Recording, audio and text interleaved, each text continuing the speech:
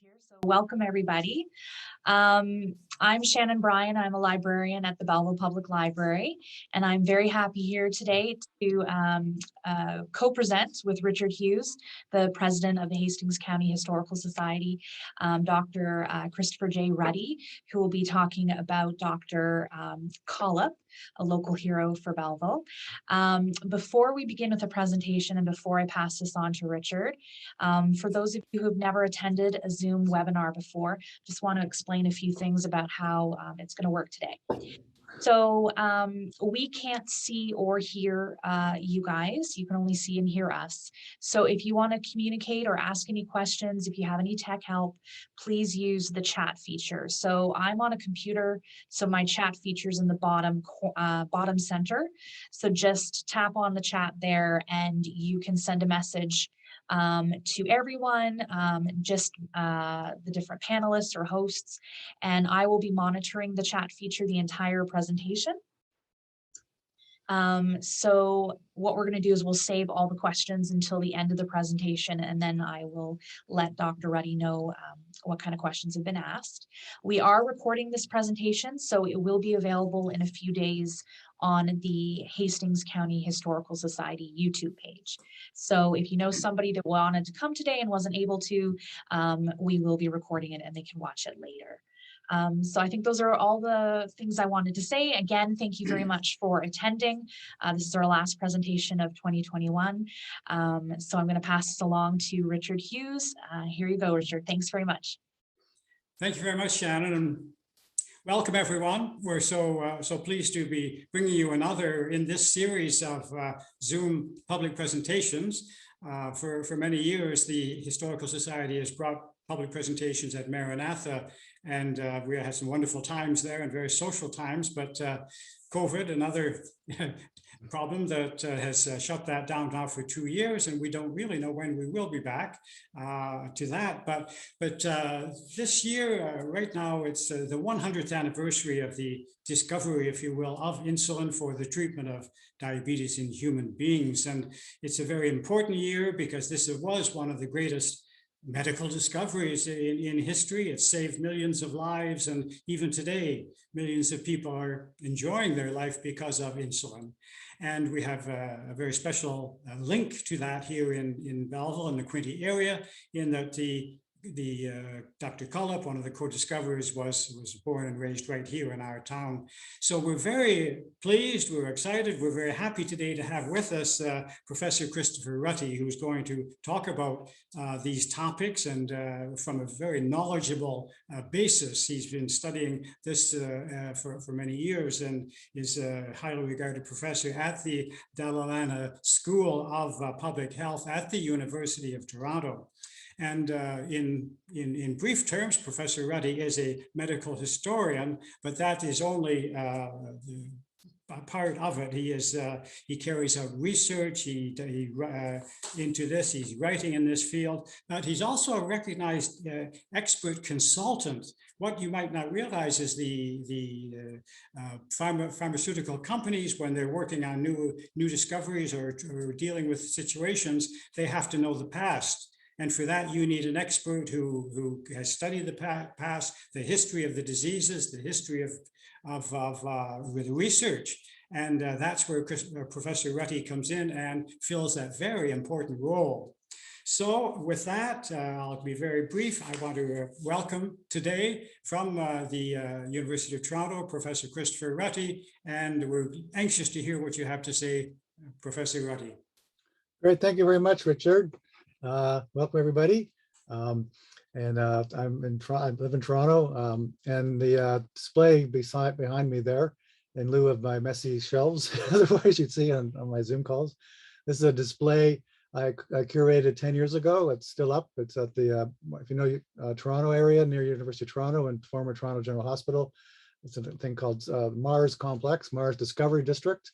And in the East Tower, in the main entrance, you'll find this display, which is still there. Did that for the 90th anniversary. So it's an appropriate thing to show. So with that, I'll just share my slides here and get started. Clicking the right button. There we go. Okay. Oh, hang on. I went ahead of myself here. Get the right slide to start with. Okay. All right. So as Richard alluded to, Belleville is an important place, and we recently, as of about a month ago, over a month ago, October 16th, I was in town there for the formal unveiling of this monument, memorial to Dr. Collip down in the waterfront of Belleville. Went very well. I was there and gave a talk similar to what I'll be talking about now, although I've adjusted this a little bit further towards the Collip side of things. I had a colleague, fellow historian Allison Lee, was also there at the opening, and she's more of a specialist about Collip than I am, but she did a nice talk at the unveiling. Anyway, so what I'm going to do here, title my talk, It Works, Now What? J.B. Collip, the Discovery and Development of Insulin. The stamp there, I was involved with the stamp, getting that image there of the artifact vial there on the stamp that came out back in April. So it's been a busy time. I've been, as I have to say, kind of swimming in insulin the last little while, doing lots of different projects. So anyway, with that, I'll just move along. So another major project I was involved with is a Heritage Minute. Historic Canada, as most Canadians are familiar with, they have done lots of Heritage Minutes, and over the years, I'd actually not done one on insulin, surprisingly, until we got into the 100th anniversary, and they decided to do one finally. And I was asked to be a consultant on the project, and that was a very interesting experience. And it turned out very well. The minute was launched May 17th. To actually the 100th anniversary at the beginning of the research at U of T. So I just wanted to set the scene here, because it's sort of a nice way to get into the story, and then I'll pick it up from there. Leonard Thompson, 13 years old, diabetes mellitus, 65 pounds. Starve the child to let them live. The treatment's as cruel as the disease. It's a death sentence. Dr. Banting, this could be it. He's the first to receive this trial. But will it save him? It's not pure enough. So we try again. And again. And again.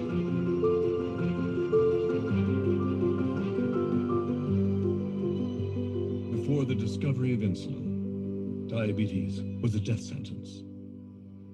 Banting, Best, Collip, and MacLeod's breakthrough has saved millions of lives. Leonard Thompson's was the first.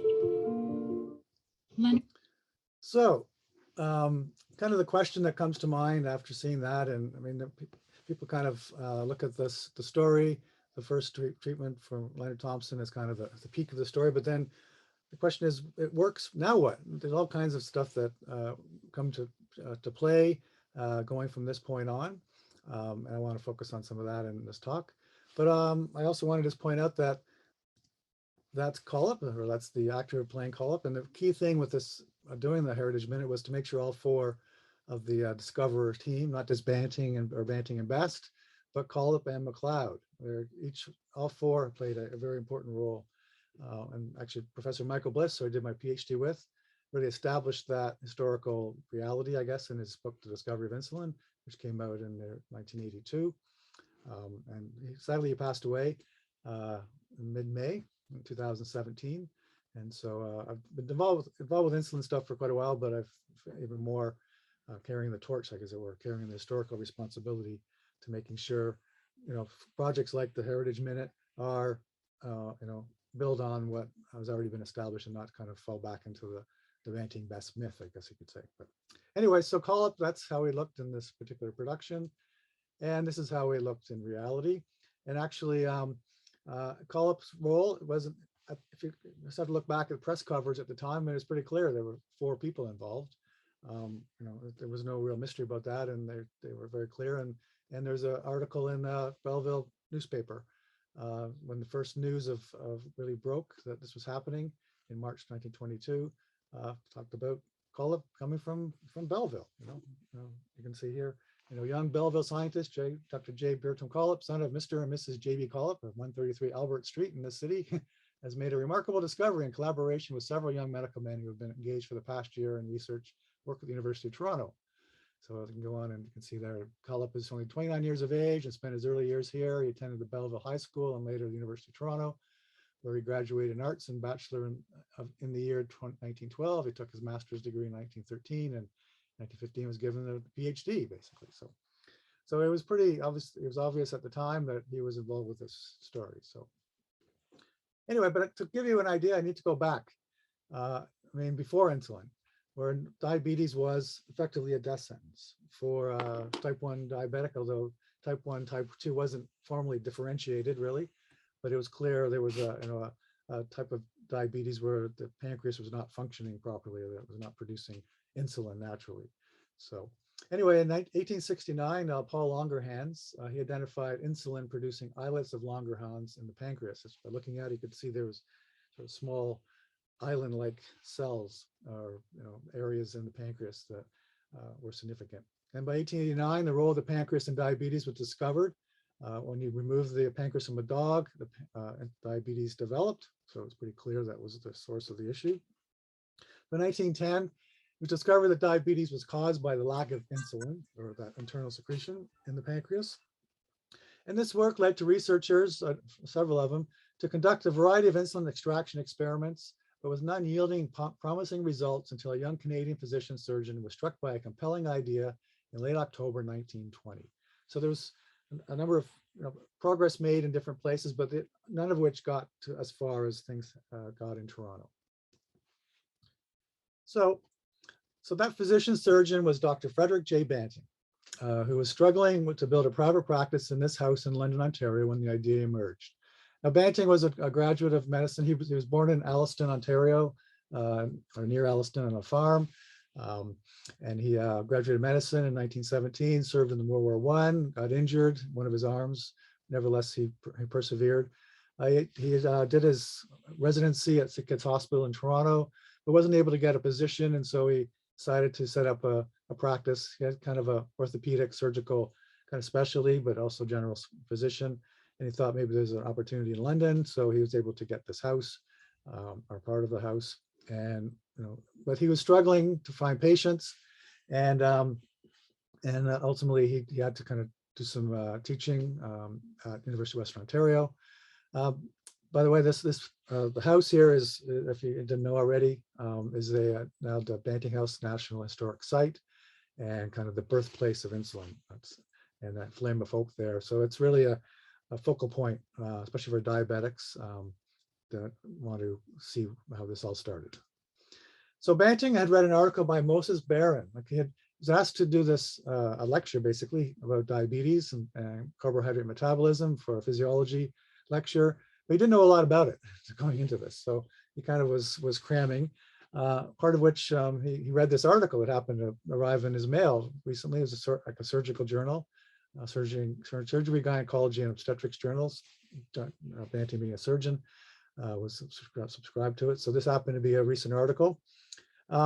So he had read this article about the pancreas for a lecture about carbohydrate metabolism that he was preparing for physiology students at the University of Western Ontario.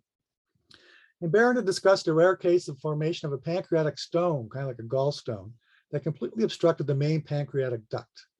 The blocked duct led to an atrophy of the main pancreatic tissue, but the internal islet cells survived. So key thing, the pancreas has two main functions, two main kind of areas. There's the external tissue from which external secretion flows into the gastrointestinal tract to support digestion. And then there's the internal secretion, the islets I mentioned before. They're kind of very separate. They flow into the bloodstream or connect to the bloodstream, while the external goes into the digestive tract. So they're very distinct things. So the blocked duct led to atrophy of the main pancreatic tissue. So Barron showed that the blockage of the duct led to the external tissue deteriorating, but the internal not being touched. So Barron noted that the effect of this blocked duct was similar to the effect of ligating or tying off the duct, and supported the hypothesis that the health of the islet cells was the key factor in the development of diabetes. So Banting fell asleep after reading this article, among other things, and after studying about the carbohydrate metabolism and diabetes. As I said, he didn't know a lot about this Before, though, there was a young girl that died of diabetes not long before this happened. So he had obviously a familiarity with it in general, but on a personal level from that particular case, but not as a physician so much. So at about 2 o'clock in the morning, on morning of October 31st, he suddenly woke up with an idea for a novel surgical method and experiment to isolate the internal secretion from the pancreas that might control diabetes. So he jotted down in a notebook, diabetes. I actually spelled it wrong. Ligate the pancreatic ducts of dog, keep dogs alive until acini, or the external secretion of internal external tissue, degenerate, leaving the islets.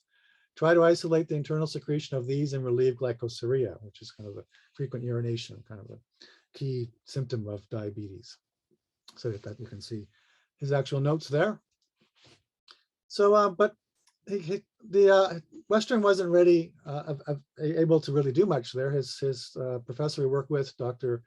Miller, I believe his name was, said, no, we can't do much with you about this here, but he suggested going to the University of Toronto, where there was an expert on this whole field, and Toronto was much better, in a better position to do this. So on November 6, 1920, Banting took his idea to the University of Toronto and presented it to Dr. John J.R. McLeod, professor of physiology and a specialist in the study of carbohydrate metabolism and diabetes. In the early 20s, the University of Toronto was an ideal institution in which Banting could develop this idea. This medical building, pictured here, built in 1903, which was especially designed to support laboratory-based medical research. So the building itself is key to this as well. It's not just McLeod or particular facilities, but the building was one of the best in North America, one of 3 quite designed to really support medical research, laboratory-based research. So, and U of T also stood at the center of a uniquely linked group of medical and scientific institutions. Toronto General Hospital, right across the street, the Hospital for Sick Children, right next door, the old Hospital for Sick Children, not the current one, and U of T's singular public health biologicals producer, Connaught Antitoxin Laboratories, each of which were ready to play key roles in the insulin story. So after meeting with McLeod, he was intrigued with Banting, but Banting was kind of this country doctor type. He didn't, he wasn't an experienced researcher, and who was this guy coming into McLeod to say, I got this great idea to help cure diabetes or something like that. And, there's been all these other people have been working on this for a long, long time, and they hadn't been able to do something like this. So what made him think he could do this? But nevertheless, McLeod was intrigued because Banting was also a graduate of U of T. He was a veteran. He had a good surgical people he worked with, gave him, recommended him as a skilled surgeon. And that was a key element that wasn't always there with other people working on this problem. They weren't necessarily surgeons. They were, lab people, but the surgical approach was different and interesting, and also a negative result. If this didn't work, could actually be useful knowledge. So Banting didn't quite understand that part of it, which was kind of a source of a bit of tension between the two. But nevertheless, McLeod soon gave Banting access to a small lab, access to experimental dogs, not a whole lot of them, but several, but $100 budget, and the assistance of Charles Best, who was a recent graduate in physiology and biochemistry. And they all got started on May 17th, 1921. So actually, as I mentioned, the Heritage Minute came out to celebrate that. So there's a note there, first page of the lab books, May 17th. So that's Best with Banting on the roof of the medical building at U of T. So between May and August 1921, during a especially hot summer, Banting and Best reported encouraging results with pancreatic extract controlling blood sugar levels in depancreatized dogs. So the basic process here was to basically have 2 dogs. First dog, you remove the pancreas, which turns them into diabetic, which is first step. And then meanwhile, you operate on another dog and ligate the pancreas. We leave the pancreas there, but ligate it. And over a period of time, the pancreas will degenerate. And then eventually you remove the pancreas, do your extract the internal secretion from that pancreas, and use that to treat the first dog, the diabetic dog, and then measure blood sugar levels and other things. And basically that's this chart from dog 408. They all had particular numbers for reference. This was a key time in early August that was clearly demonstrated the impact of the extract on blood sugar levels of dog 408 over a period of a few days. and also testing a few other extracts just to compare, like extract of liver or spleen, and noting they didn't have any effect while the pancreatic extract did. So this was a key time. And actually that picture was taken just after this result. So this was a key moment that really confirmed what was going on, was they seemed to be on the right track. And so McLeod was actually in Scotland during the summer, and Banting and Best wrote to him with these kind of results.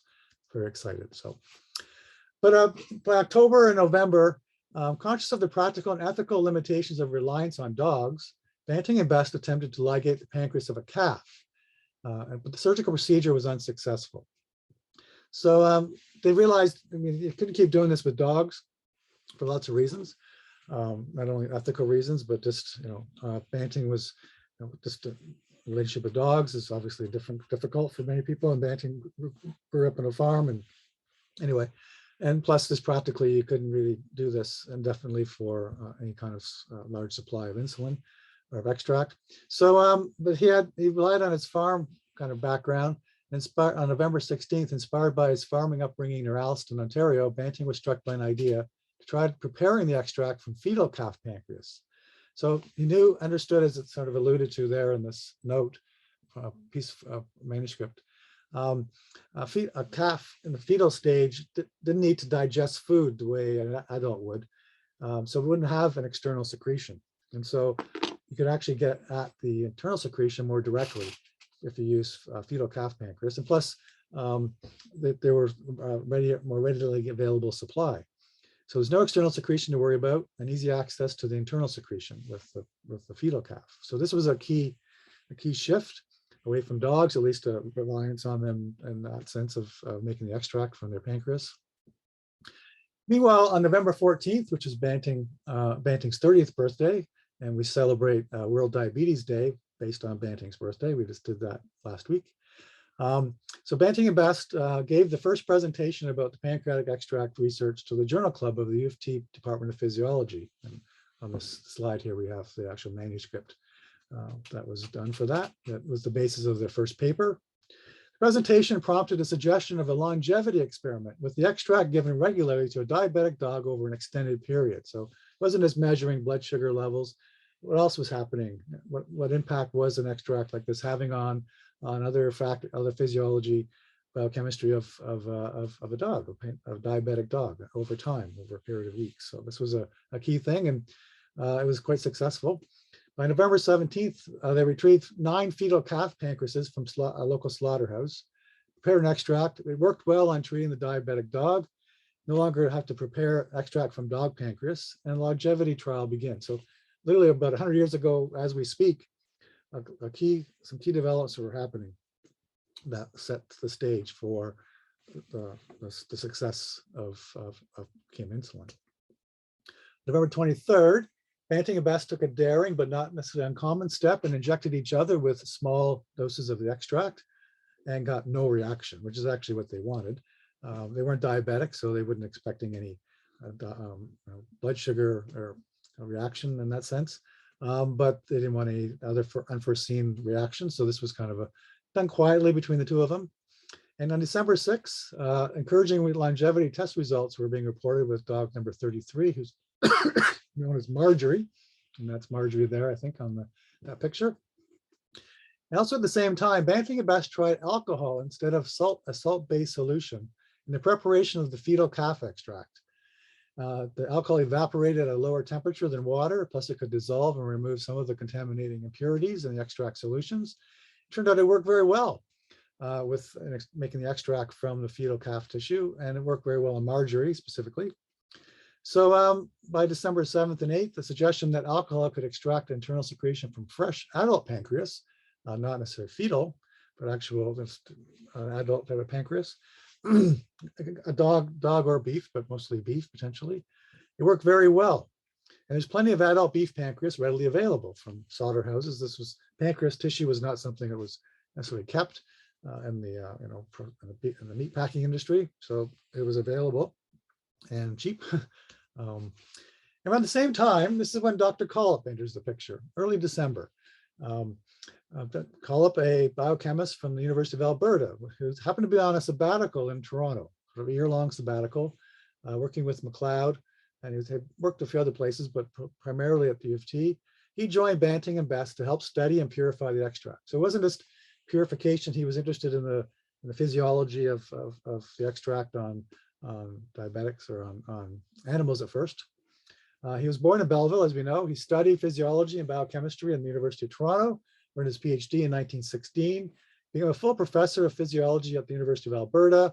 And in 1921, Collip was married with a young family at the time. And also, he had actually done the same program that Best did in terms of the undergrad program of physiology and biochemistry. So that particular program was significant. And on December 12th, based in a lab in the pathology building at Toronto General Hospital, just across the street, not far from the medical building labs, Collip began working with whole beef pancreas extracts. And instead of dogs, Collip had ready access to rabbits where he was, and he experimented with them, and he was able to render them diabetic experimentally, not surgically, without even harming them, which is an important distinction. So again, I'm trying to get away from reliance on dogs. And he quickly discovered that normal rabbits could be employed to test the potency of the extract. So not only be able to test or measure their diet, or make them diabetic, he's able to then test the extract's potency without really harming them at all. So it was a key thing. And as I've mentioned, the display of the monument was unveiled back in mid-October. So hopefully you get a chance to see that if you haven't already. On December 20th, encouraging results with marjorie led to the extract's first preliminary human test, which was administered orally, not injected, on Dr. Joseph Gilchrist, who was a diabetic friend of Banting. So they actually graduated in the same class, medical school class of 1917. But Gilchrist became diabetic, kind of an adult becoming diabetic, type 1 diabetic, just after graduating. So he was close to Banting. And they wanted they weren't ready to do an injection, but they thought they should at least see if this had any effect orally. But as you can see in this little blue card there, no beneficial result. So, but Gilchrist would go on to actually be a kind of human, not guinea pig, but human rabbit, I guess is the more appropriate term, as a physician, as a diabetic, to do a lot of the initial testing once we get a bit later on, but he was an important person in that process. But before that happened, on December 2nd, 1921, 13-year-old Leonard Thompson was admitted to Toronto General Hospital as a charity case. He weighed 65 pounds, was poorly nourished, was pale, his hair was falling out, and had a smell of acetone on his breath, which was kind of a key signifier of a severe diabetic. His condition worsened over the next 5 weeks, and a senior medical student helping care for him said, all of us knew that he was doomed. Kind of a classic situation, unfortunately. Desperate, and despite reservations from MacLeod and the TGH head of medicine, Leonard's father agreed to a test of Banting and Best extract. Although Banting was not allowed to actually administer the injection. He didn't actually he'd never treated a diabetic patient and did not have clinical privileges at Toronto General. So he had to actually watch. In the Heritage Minute, you didn't actually see that, but actually he and Best were in a hallway, or just sort of looking in on the board. So on January 11th, Leonard Thompson is the first to receive an injection of the extract, this one prepared by Banting and Best, but had limited effect and had some reaction, some abscesses. It was injected into his buttock and there was a bit of a reaction. Now, this may not have appeared to be that serious, but you have to understand a diabetic being given this extract, ideally would be keep getting it. And so any kind of reaction was a problem. So we had to remove almost as purified as possible. So a bit disappointing. But meanwhile, a little while later, Leonard received Collip's more purified version of the extract. And the results were quite striking. You can see in this chart at the bottom of the slide, the first part of it on the left, there's results from the first injection of Banting and Best version. And then you can see once Collip's is injected, the results are very dramatic in the middle of the chart there. So it's quite clear that this was working. On January 24th, just after Thompson received this new version of the extract, Collip paid a visit to Banting and Best. As I said, they're in separate labs, just the way things worked out. And Collip said to Banting and Best, well, fellows, I've got it. How did you do it? Banting and Best asked. I've decided not to tell you. So Collip then announced he was leaving the group and threatened to take out his own patent on the extract. Simmering as he listened, Banting finally lost his temper and took a swing at Collip. Fortunately, Best stepped in to restrain Banting before the altercation turned violent, turned into a hockey fight or something. This confrontation reflected a perfect storm of fatigue and frayed nerves, frustration, excitement, and paranoia among Banting and Collip and McLeod, and to a lesser extent Best, and threatened the future of their work. You can see on the pictures there actually a few little clips from a movie, a miniseries made by CBC in 1988, based on Michael Bliss's discovery of insulin and his book of biography of Banting. And it happens to be on YouTube, but just actually right now, for a limited time, CBC's GEM streaming service has the movie available for free watching. So I'm not sure how long it's going to be up, but it just came up not that long ago. So you can watch the whole thing yourself. It's actually quite a good movie, really, or two-part movie, actually. Anyway, so on January 25th, encouraged by Leonard Thompson's successful treatments, but concerned about the future control of the new extract's production, the director of U of T's Connaught Labs, Dr. John Fitzgerald, facilitated an agreement with Banting, Best, Collip, and McLeod. He offered them funds, some $5,000, which was not insignificant at the time, from the lab's research fund, the lab's facilities in the medical building, which are fairly modest, but still not insignificant, which was actually in the same building downstairs from Banting and Best's lab, to help develop methods to produce the extract to enable further clinical trials. So they didn't want to sort of stop, they want to be able to keep making it on a larger scale. So this was a critical agreement between Connaught and the four men. You can see them sign this agreement. So this was a key step. So, but then I want to talk a bit about Connaught specifically. Connaught Labs was founded and formally established on May 1st, 1914 by Dr. Fitzgerald as the Antitoxin Laboratory in the Department of Hygiene of the University of Toronto Medical School, initially to prepare a Canadian supply of diphtheria antitoxin as a public service. Diphtheria antitoxin, diphtheria was a major infectious disease threat at the time. Antitoxin was not being had been discovered in the 1890s, wasn't being made in Canada, it was being imported at a higher price than some people could afford. And Fitzgerald really wanted to, as a public health person, he saw it was being prepared and distributed as a public service elsewhere and wanted to do that here. And so ultimately, the key point was to establish a lab, public service-based lab in the University of Toronto, to be self-sufficient, but also support the production of key public health products, and then support public health education as well in the medical school and so on. So, but during World War I, 1915 and 1917, driven by World War I, Canadian and British military demands for tetanus antitoxin, which was similar to diphtheria, but to treat tetanus, and smallpox vaccine, the antitoxin labs was expanded to include a large farm property on Steeles Avenue West at Dufferin, what was then outside of Toronto, but now the northern boundary of Toronto. And it was named Connaught Labs after the Duke of Connaught, who was Canada's Governor General through most of World War I, 1911 to 1916.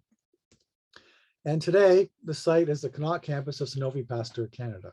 So as Richard alluded to, I do historical work, particularly with Sanofi Pasteur, formerly Connaught Labs. And I have an office in the building there. That's a 100-year-old plus building at the front. Original stable where the labs began. The stable was downtown originally.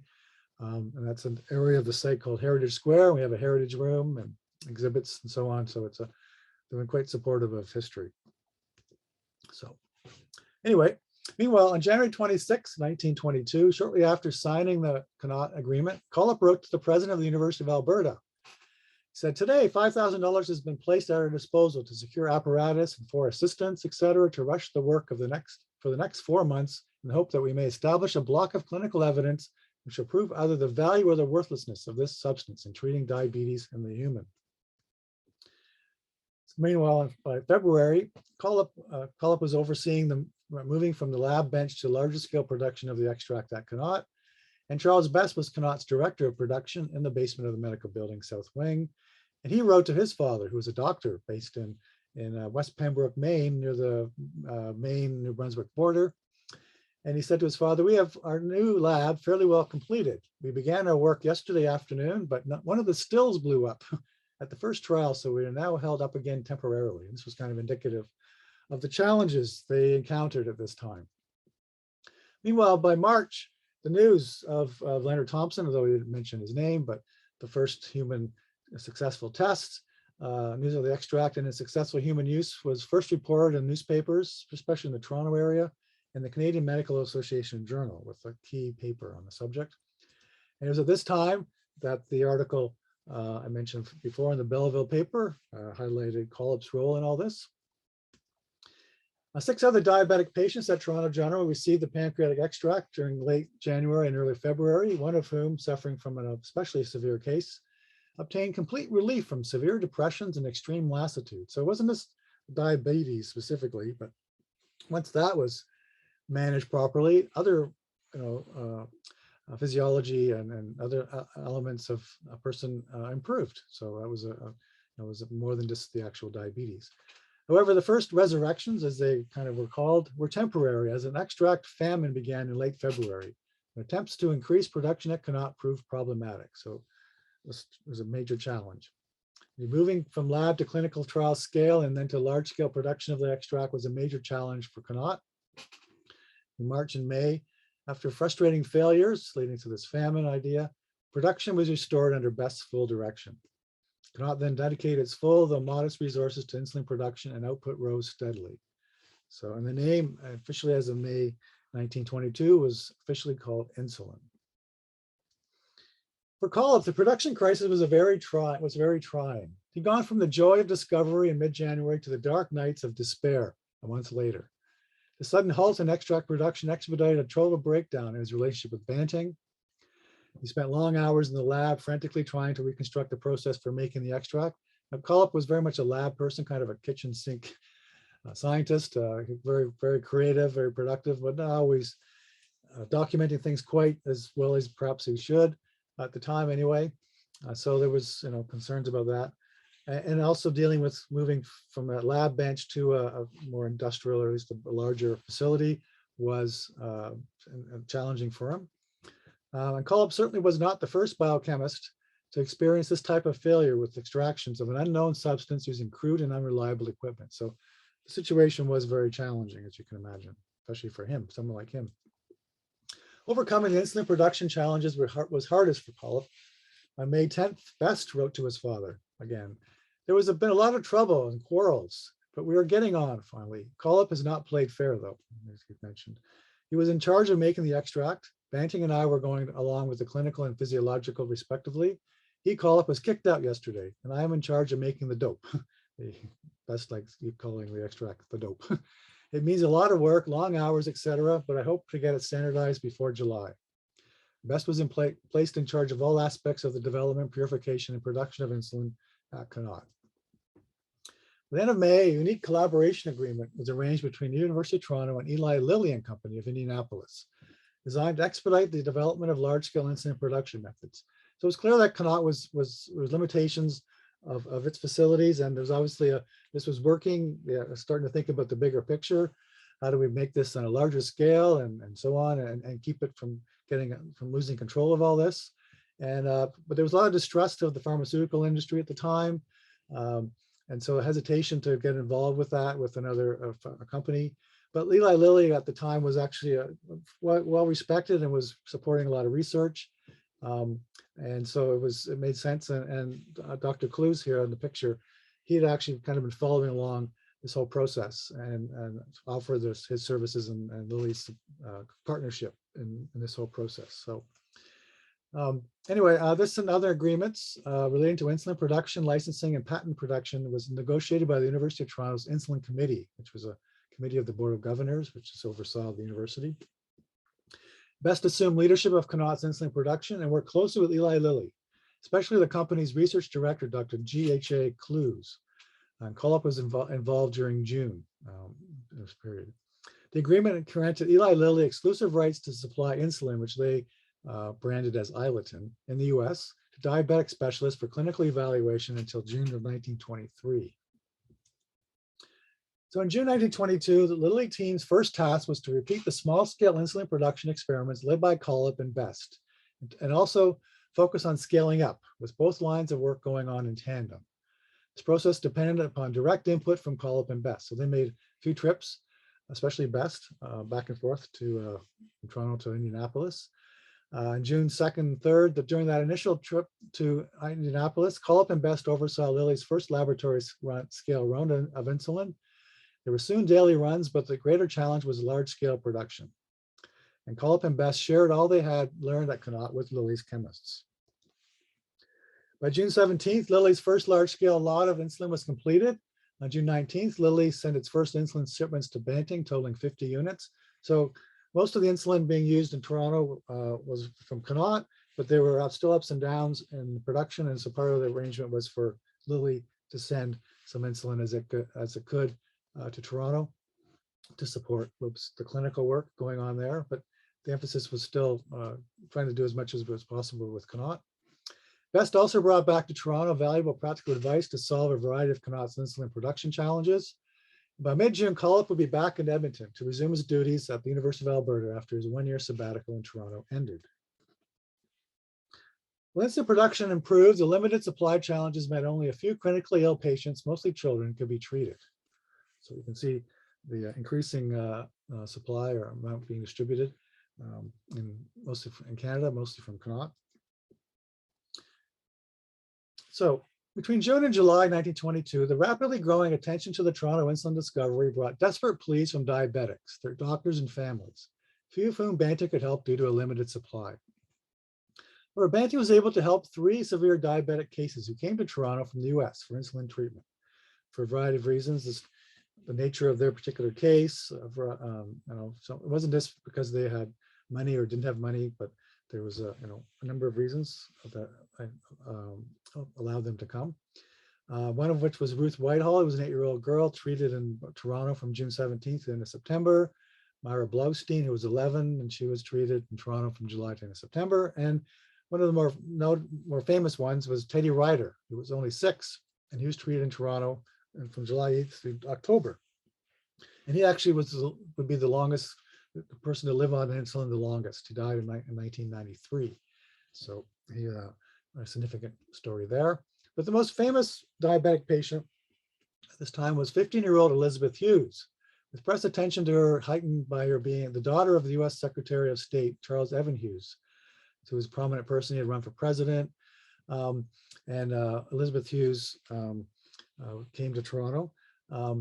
But the key reason Banting accepted her was that she had a private nurse, Blanche Burgess, who was well experienced with Elizabeth's diet management. So before insulin was a possibility, there was a really strict diet management process.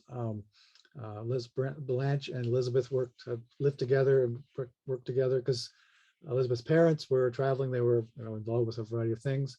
So they had Blanche and Elizabeth worked very well together. And so this provided valuable clinical experience with insulin. So it wasn't just Elizabeth specifically, but having Blanche there was a key thing for this to actually work well. It wasn't just because she was rich or anything, it was a clinical reason. And Elizabeth documented her recovery story in many letters she wrote from Toronto to her parents, because her parents were away. So she was a very literate young girl. This was one of her first letters here. I won't read it here, but they're all available on the University of Toronto digital collection. I wrote an article about them as well, so it's a really fascinating story. It's kind of the poster girl, I guess, but one of the first real kind of iconic patients. By October, Banting, Best, and Collip assigned insulin patent rights to the University of Toronto Board of Governors for $1 as a public trust. Now, this was really designed so as to prevent commercial exploitation of the product and to safeguard the production of a standardized product. So there was real worry through all this that some enterprising chemist or disreputable company would come along and get enough of information to actually apply for a patent, which would actually throw the whole thing up, just a monkey wrench in the whole process in Toronto. So there was a real worry about this, and also making sure insulin was available equitably and the lowest possible price. And so there's a lot of reasons going on here. which is, can't get into at the moment, but still this was critical. And by January 1923, Canadian and US patents for insulin were granted. And in April 1923, a unique patent pooling policy was established by the Insulin Committee to assure the sharing of any insulin production advancements among all licensed producers. So the idea was here to prevent sort of one company or one place, if they happen to develop something new that made insulin better or easy to produce or whatever, for making sure that was shared among all producers at the same level. So there was a consistent level, consistent supply, consistent quality of insulin, regardless of who's producing it, which was a critical thing. So that was an important policy that continued well into the 40s at least. By August, Canada's insulin supply found a firm foothold with a larger insulin production plant for Connaught Labs. Thanks to funds from the Ontario government and the lab's reserves, the plant was established in U of T's vacant YMCA building on campus. So the clipping there, sort of nondescript little building, but is actually well suited to install a larger facility. So Connaught was supplying insulin for all of Canada and exporting it to many countries who were yet to have their own production facility. By November, Connaught was producing some 250,000 units of insulin weekly. It was also able to export to Ireland and South Africa and New Zealand and Australia, as well as to several other countries where it wasn't yet available.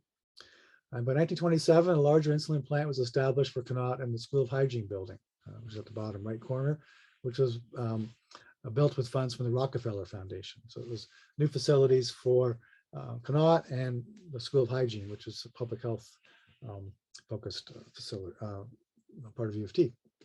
So anyway, the insulin story attracted significant international attention to Toronto, most notably with the greatest honor coming on October 25th, 1923, when Banting and MacLeod won the Nobel Prize for Physiology or Medicine for the discovery of insulin. There was a whole story around the Nobel Prize, why Banting and MacLeod, and why not call best and Collip or Banting and Best or whatever. There's a whole complicated kind of story around that. I can't get into here. I've written about it elsewhere on the Defining Moments Canada project, which I can tell you about after this. So, but ultimately, recognizing that two others were similarly deserving, Banting would share his half of the prize with Best, and while MacLeod would follow suit and shared his half with MacLeod. So this was well noted in the press at the time, which was a significant thing. So the original insulin patent, held in trust by the U of T on behalf of Banting, Best, and Collip, sustained the growth of Canada's medical research infrastructure and the funding of laboratory research, discovery, and innovation. The patents and licensing of insulin were managed in Canada and the US by the University of Toronto's Insulin Committee. Patent royalties provided predictable and growing funds for medical research in Canada for the 1920s and into the 1960s. Indeed, from 1923 to 67, royalties from insulin sales totaled to at least $8 million. Royalties' original purpose was to pay for the lab testing of insulin samples provided by producers and to meet the expenses of the Insulin Committee. Any surplus funds from royalties were directed to an Insulin Committee trust fund.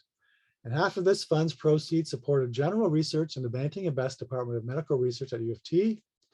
And the other half supported the research, directly supported the scientific research of Banting and Best, as well as Collip's research at the University of Alberta, where he was based from 1923 to 1927, and at McGill from 1928 to 1947, and at the University of Western Ontario from 1947 to 61. In 1925, Collip's share of the insulin royalties totaled $8,000, rising to $13,648 in 1927, and from 1930 to 1935, his share ranged from $20,000 to $30,000 per year, which is not insignificant. Indeed, during the 1930s, total insulin royalties averaged over $880,000 per year, which would go a long way during the Depression. So this was significant. Well, with royalties and other funding, Collip was able to establish a well-equipped laboratory at the University of Alberta to match what he had used in Toronto, hire research assistants, and free himself from any teaching responsibilities. Collip also pursued further education, earning his MD in 1926 from the University of Alberta, while also engaging in research work. Collip's initial focus upon his return to the University of Alberta was actually to manufacture insulin on a small scale for further clinical and experimental use. He then moved to the forefront of post-insulin glandular and hormonal research, starting with the parathyroid gland and later with pituitary hormones. So Collip was a real leader in medical research in Canada. During World War II, Collip played a major role on the National Research Council's Naval Medical Research Committee. And on February 21st, 1941, after Banting's tragic death in a plane crash near Gander, Newfoundland, Collip succeeded him as chair of the NRC's Associate Committee on Medical Research. There's a whole story about Banting died in a plane crash. He was on his way. He was involved with war research. He was on his way to England, kind of ferrying planes. There was an effort to move planes just by flying them across the Atlantic as opposed to on ships. And there's a lot of risks involved. There were a lot of planes actually went down, not as Banting's. So anyway, there's a whole story around that, but nevertheless. Indeed, Collip was one of the last people to see Banting alive before his fateful flight. They actually met in Montreal. Banting took a train to Montreal, and then before he boarded the flight to Gander. And they had a long talk during which they reminisced about the old insulin days. In assessing who really deserved the credit for the discovery, Collip suggested it was 80% Banting, 10% Best, and 5% each to Collip and McLeod. And then Banting replied, "You know damn well we couldn't have done a damn thing without you," said Banting. So with that, I want to end here with a rare photo of actually Collip with Best and Banting. The woman in the picture is not related. She's a wife of another doctor that happened to be in that picture. So there weren't that many pictures of the four of them or the three of them. But at this point, McLeod had moved back to Scotland in 1928, I believe, and he had died in 1935, actually. So anyway, this is kind of a rare picture of at least the three key Canadians. And as I've alluded to further explore the discovery and development of insulin story and the people involved, visit the Defining Moments Canada's Insulin 100 National Digital Commemoration Project, for which I'm the lead historian. And there's a whole wealth of stories and articles, not just by myself, but all kinds of different things about insulin from historically and up to the present day. So feel free to check that out when there's a link there. So, and with that, that's the end. Okay. All right, how'd I do? It was awesome. Thank you It was a hard thing to condense. I got kind of carried away. so much. That was really informative. Quite enjoyed that. Yeah, glad you did. It's time for questions. So if you missed the first part, if you've got any questions or comments for Dr. Rutty, you can use the chat feature. On my screen, it's at the bottom in the middle, and just type us a message and I'll let Dr. Rutty know what the questions are. Thank you again for that. That was very informative. Well, it's a great story. Yeah, and I did check the book by Allison Lee.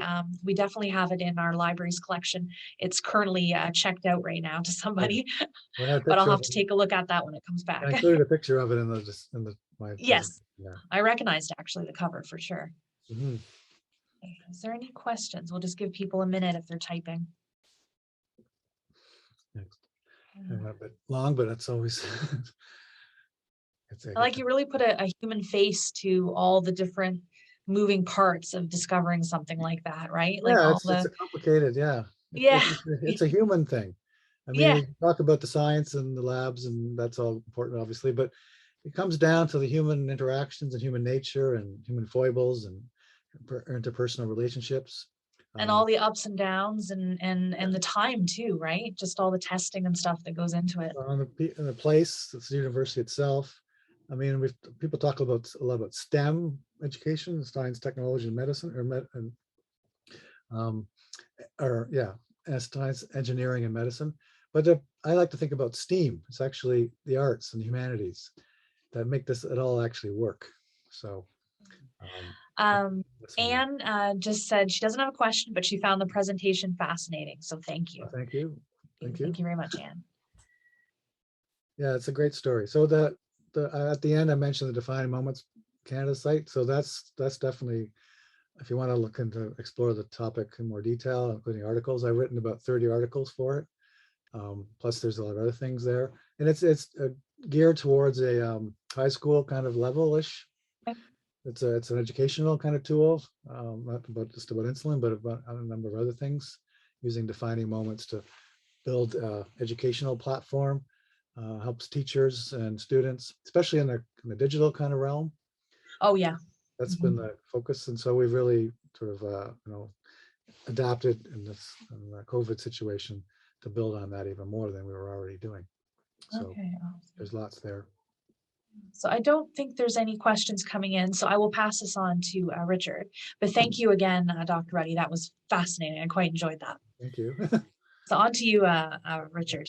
Yes, I too, as I say, I heard Dr. Rutty make his presentation on October 16, and it was great then. But I must admit, there's a certain more intimacy where, in one way, with the Zoom presentation. I'm just amazing. I've had the pleasure and the privilege to work on the project for the monument for Dr. Collip. And so I've done a lot of reading of the books, Dr. Lee's book, Michael Bliss's book, etc. It's an amazing, amazing story, quite aside from the Belleville portion. But I must say, Professor Rutty, you've got a very interesting career and a fabulous area of expertise there. I'm sure it brings you a lot of pleasure, and I'm sure the people who rely on you, draw a lot from you. Yeah, well, it's a mutual relationship. I learned the process. It'd be great to have a typical academic position, which I never really quite got. But I think I've been more creative or more productive in the way, sort of being independent and working how I've been working and doing this kind of stuff and exhibits and in a public kind of sphere, and being a chance to develop knowledge about a whole range of vaccines or insulin or other elements of public health or medicine. So that's it's symbiotic, and I've been fortunate. The people at Sanofi, particularly former Connaught Labs, respect history, and they don't see it as a PR thing necessarily. So I'm able to have freedom to work in the archives and develop this kind of project or other variety of other things as a professional historian, and not PR necessarily, kind of thing. Well, we're certainly pleased that we've come to know you, and we've learned a lot from you. You mentioned Sanofi. I think for our friends who are listening, they should be aware that that beautiful monument down by the water that you referred to was basically paid for, put in simple terms, by Sanofi Pasteur and Novo Nordisk, the two very, very large global pharmaceutical companies. They provided the funds for that, and we're very grateful, that's for sure. And they were very supportive of historical work, maybe partially because of what I've been doing over the years. Is that kind of make them realize the value of it in a broader scale. It's history matters, and there's a broader value of it. Certainly can have, lots of different values, but to support these kind of projects is very good, and to do it collaboratively too. It's nice to see the main in the sort of historical context, the main Lilly and Sanofi and Novo, being very respectful of each other and celebrating all this in their own ways and collaborating and trying to keep it balanced, I guess you could say, and how they support things. So. Very good. Well, thank you very much on behalf of the Haitian County Historical Society, on behalf of our listeners. We always find too that when this is put up on YouTube in a few days, many other people who couldn't be here in the afternoon, some people actually go to work for a living, they will be watching it, and it'll get a lot of coverage that way. So thank you very much. I've had a pleasure of meeting you, and it's been a pleasure to hear you today too. Thank you so much. Thank you very much. Appreciate it. Thank you very much. Bye, guys. Okay. Take care, everybody. Bye now. Bye.